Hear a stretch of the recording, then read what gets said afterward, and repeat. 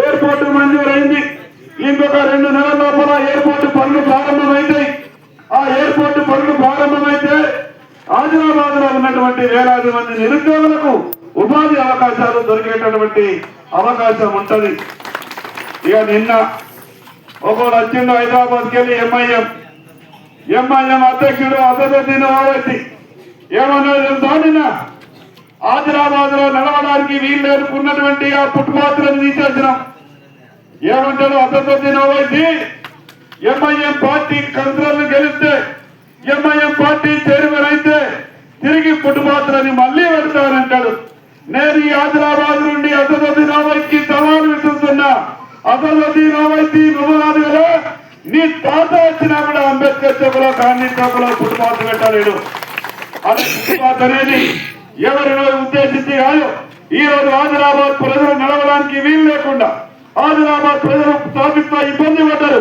ఆ విషయాన్ని గమనించి ఈ రోజు ఉన్నటువంటి ఆ పనులని పక్కకు జరిపినాం. ఇంకొక మాట మాట్లాడతాడు. ఆదిలాబాద్ కు నడి ఒడ్డున ఆదిలాబాద్ సిటీలో గోదావరి వచ్చేటటువంటి స్లాటర్ హౌస్ ఉన్నది. అక్కడి ప్రజలంతా కూడా వాసన వస్తున్నది. గోదావరి వచ్చే జాగా నడి ఉండదు. ఇది మంచిది కాదు అంటే 15-20 సంవత్సరాల నుండి ఎన్నో రాజకీయ పార్టీలకు చెప్పిండ్రు. నేను కూడా పట్టించుకోలేదు.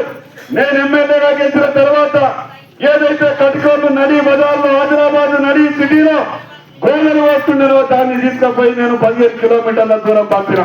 నిన్న ఏమంటారు అసదుద్దీన్ ఓవైసీ పాయల్ శంకర్ గోదావరి వచ్చేది ఆదిలాబాద్ నుంచి 15 కిలోమీటర్ల దూరం పంపిండు కదా.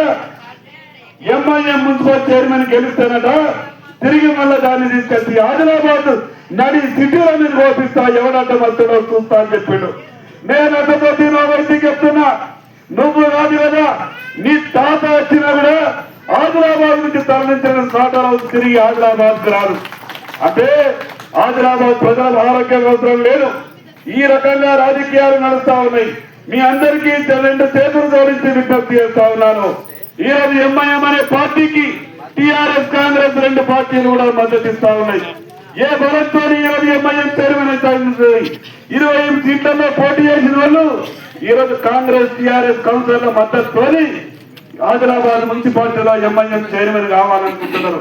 ఆదిలాబాద్ ప్రజలారా ఒక్కసారి ఆలోచించండి. నా బెండూరి ప్రజలారా ఒక్కసారి ఆలోచించండి. ఎంఐఎం అనే పార్టీ ఈ రోజు కౌన్సిల్ ఉంటేనే ఏ రకమైనటువంటి అరాచకలు ఉన్నాయో తెలుసు.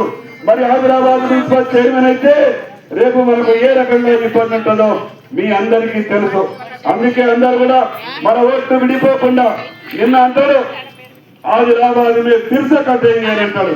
मैं यहाँ से हैदराबाद के आवाम के तरफ से बोल रहा हूँ, अरे किसी का बाप किसी हालत में आदिलाबाद को कोई ला नहीं सकता स्लाटर हाउस. अरे कम से कम लोगों का तबीयत के बारे में सोचो. अरे लोगों का हैदराबाद के लोगों को तबीयत खराब होने के बाद अरे कोई आदमी वहाँ पे रह नहीं सकता. हैदराबाद से जो दूर रहने का स्लाटर हाउस है, किस तरह तुम हैदराबाद ला सकते? మీరందరూ కూడా ఒకసారి ఆలోచించాలా. ఈ రకంగా ఎంఐఎం అనే పార్టీ వాళ్ళ అరాచకాలు మితిమీరిపోతా ఉన్నాయి. నా బెల్లూరి ప్రజలారా మీకున్నటువంటి సమస్యలు నాకు తెలుసు. ఈ బెల్లూరికి ఆనుకొని ఉన్నటువంటి ప్లాట్లని నేను మున్సిపల్ ఎన్నికలు అయిపోయాయంటే ఎవరికైతే న్యాయంగా పట్టాలు ఇవ్వాలో మీ అందరికీ పట్టాలు ఇప్పించే బాధ్యత నేను తీసుకుంటా. మరి అదే విధంగా